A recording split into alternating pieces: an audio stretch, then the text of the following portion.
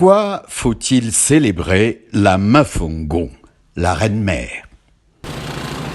Dans la culture Grassfield, en général, la femme est presque vénérée. D'ailleurs, tous les enfants, dans la tradition, portaient le nom de leur maman. Et moi, par exemple, on m'appelait Tankam Djomesap. Ça veut dire que ma maman s'appelait Djomesap. Et moi, le seul enfant qui devait porter le nom du père, c'était le successeur. Donc, c'est lui seul qui portait le nom de papa. Bon, effectivement, aujourd'hui, nous avons la culture occidentale qui fait que tout a changé. C'est le nom du père qu'on porte aujourd'hui. Mais en tant que fils du Grassfield de l'Ouest,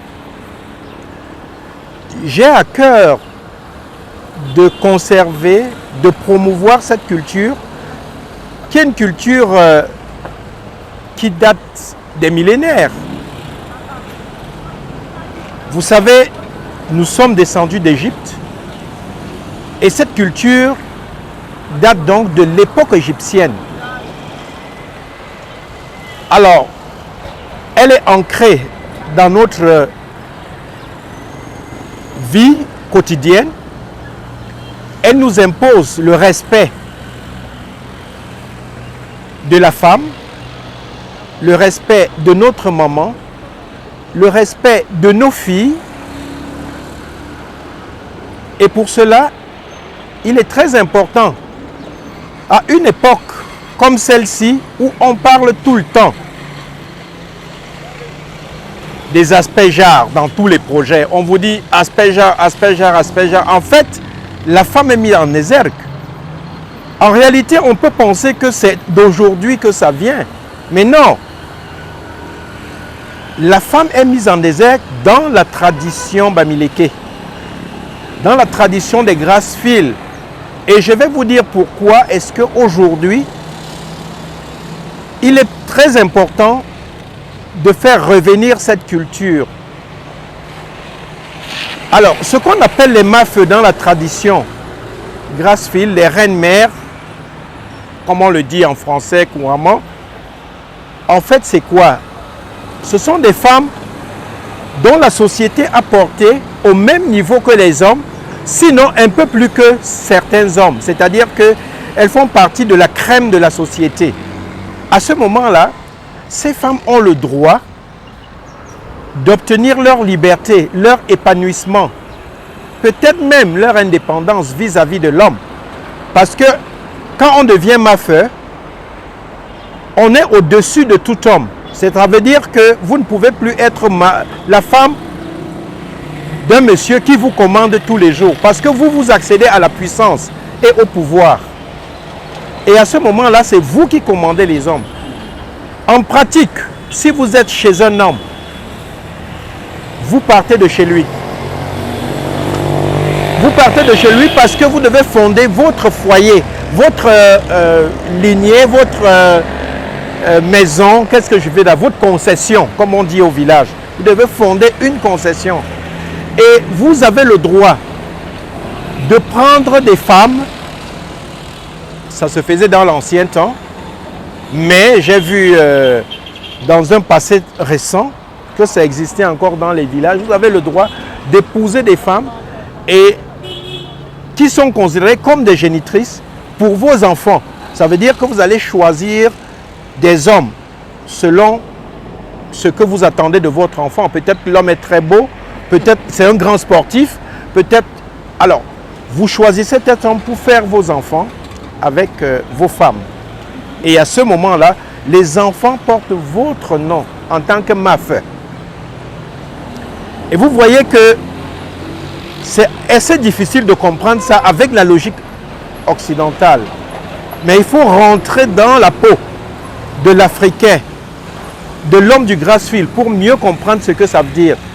Et vous avez le droit, quand je parle de pouvoir, ça veut dire que dans certains cas, le chef vous laisse une partie du village gérer. Vous avez des gens sous vous que vous gérez. Alors aujourd'hui, c'est vrai qu'on est dans le monde moderne et que tout le monde est en ville, c'est difficile de dire les mêmes choses. Le village ne s'étend plus comme avant. Aujourd'hui, tout est fixe. Mais néanmoins, vous gardez votre prérogative dans la société. Votre statut au sein de la société a grandi et vous ne pouvez plus, n'est-ce pas, être sous un homme. La preuve, s'il arrive que vous décédez, on ne vous enterre jamais chez votre mari, c'est chez votre papa. Vous avez dépassé l'homme. Même si vous décidez de ne pas partir de chez vous parce que vous aimez votre homme, et vous vous dites on est à l'ère moderne, mais le jour où vous allez mourir, c'est chez votre papa qu'on va vous enterrer, jamais chez votre mari. Or, vous savez qu'aujourd'hui, si vous mourrez, c'est chez votre mari qu'on vous enterre. Comment devient-on reine-mère? Il y a plusieurs façons d'accéder. D'abord, c'est réservé aux princesses, c'est-à-dire qu'aux enfants de la cour du roi. Eux, elles peuvent déjà d'emblée, du fait qu'elles sortent de la chefferie, devenir des princesses et être portées au titre de meuf. Mais il peut arriver que une femme fait un acte de bravoure ou dans la société pose des actes aujourd'hui qui font par exemple évoluer les jeunes, qui donnent une bonne place aux femmes et qui, sur le plan de l'image du village, renforce l'image du village.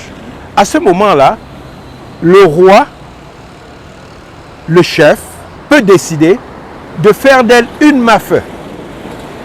Et c'est valable dans tous les cas. Dès qu'elle devient ma-feu, elle n'est plus sous un homme. Donc, voilà comment on peut accéder. Mais il y a des ma-feux échelle par échelle. Il y a d'autres ma-feux au rang d'une famille. Alors, au sein d'une famille, le chef de famille peut décider d'avoir la ma-feu de sa concession. C'est elle qui encadre toutes les femmes de la concession et les enfants. Elle aussi, elle a le titre de ma-feu, mais elle n'a pas le pouvoir. Parce que le pouvoir de la ma-feu qui est nommée par le roi, ou qui sort de la cour, qui est princesse de manière naturelle. Pourquoi faut-il un monument de la reine-mère dans chaque ville de l'Ouest? Si je fais aujourd'hui ce plaidoyer, c'est effectivement parce que je sens en moi que ça manque. Lorsque j'arrive par exemple dans une ville comme Bafoussam, je me serais attendu à voir un grand monument, n'est-ce pas, de la reine-mère. Et pourquoi pas dans toutes les grandes villes des Grasses-Villes, puisque c'est notre culture à nous. Pourquoi seulement avoir les monuments des autres? La deuxième chose, il faut que la culture reste. Et quand je dis la culture reste, c'est pour former les enfants de demain. Il faut que la nouvelle génération sache de quoi il est question. Troisième chose, nous avons des visiteurs chez nous. Quand ils arrivent chez nous, la première chose, c'est d'interroger notre culture, c'est de savoir ce que nous faisons. Et la première chose, c'est de leur dire, nous tenons beaucoup à la maman, à notre reine, à notre reine-mère, à notre Mafengon. Nous tenons beaucoup à elle et c'est ça le symbole que vous êtes en train de voir. Donc ça développe le tourisme aussi. Avez-vous bon espoir que votre projet se réalisera? Il y aura un festival qui va réunir tous les enfants qui se reconnaissent dans la Reine-Mère. Et ce festival sera organisé avec l'ensemble des enfants, que ce soit des enfants dans le terroir traditionnel ou dans la diaspora au niveau international, ou des enfants qui se trouvent hors du territoire villageois. Tout cela devrait participer. Ça, c'est la première chose. Et cette participation va donner un accent fort sur la formation, l'éducation et tout ça. Deuxième volet, c'est le monument.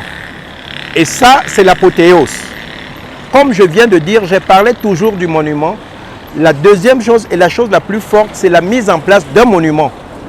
Et notre souhait serait de voir que, au niveau de la région de l'Ouest, par exemple, nous avons un conseil régional, que ce projet qu'il s'approprie, et qu'on mette en place une commission qui va réfléchir là-dessus pour voir quelles sont les différentes étapes qu'il faut suivre pour pouvoir mettre en place un monument, y compris des architectes, y compris des historiens, y compris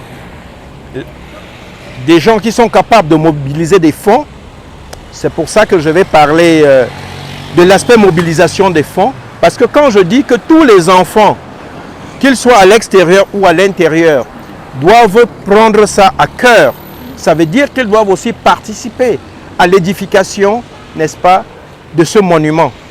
Si les choses sont comprises, comme je l'exprime maintenant, je pense que j'ai espoir que ça va marcher.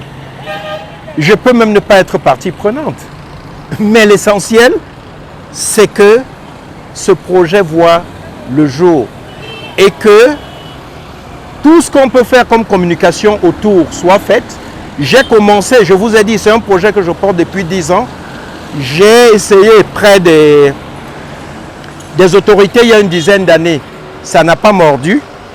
Mais aujourd'hui, je pense qu'il est temps, avec l'avènement de la décentralisation et d'un conseil régional, que la voix soit comprise. Et c'est pour ça que j'ai commencé à faire le lobby dès l'événement que nous avons appelé REDEO à l'Ouest, parce que c'était vraiment une plateforme où on pouvait trouver tout le monde et c'était aussi une occasion idoine pour pouvoir vendre le projet aux différentes autorités et à ceux qui étaient présents. Que vous reste-t-il à faire pour promouvoir ce projet? Je vais aller vers les rois, les chefs traditionnels, pour leur dire voici le projet que je porte. Je vais par exemple commencer dans la région de l'Ouest et je vais aller aussi dans la région du Nord-Ouest, qu'on porte la même culture, chez les Tikars, puisque nous descendons des Tikars et c'est la même culture. Je vais aller faire le tour chez tous ces autorités traditionnelles pour leur dire voilà le projet. Est-ce que vous acceptez qu'on porte ce projet? Et après, je vais me tourner vers l'intelligentsia et après vers les hommes d'affaires. Et ensemble, nous allons voir qu'est-ce qu'il faut faire pour que ce projet voie le jour. Donc, je suis tout petit pour pouvoir porter ce projet-là. Ce projet doit être porté par ces rois dont je parle, par ces politiques dont je parle, par l'intelligentsia dont je parle, par la diaspora dont je parle, par ces hommes d'affaires dont je parle. Et je crois vraiment à ça. Je sais que c'est une symbolique pour notre culture et je suis sûr que ça ne laissera personne indifférent.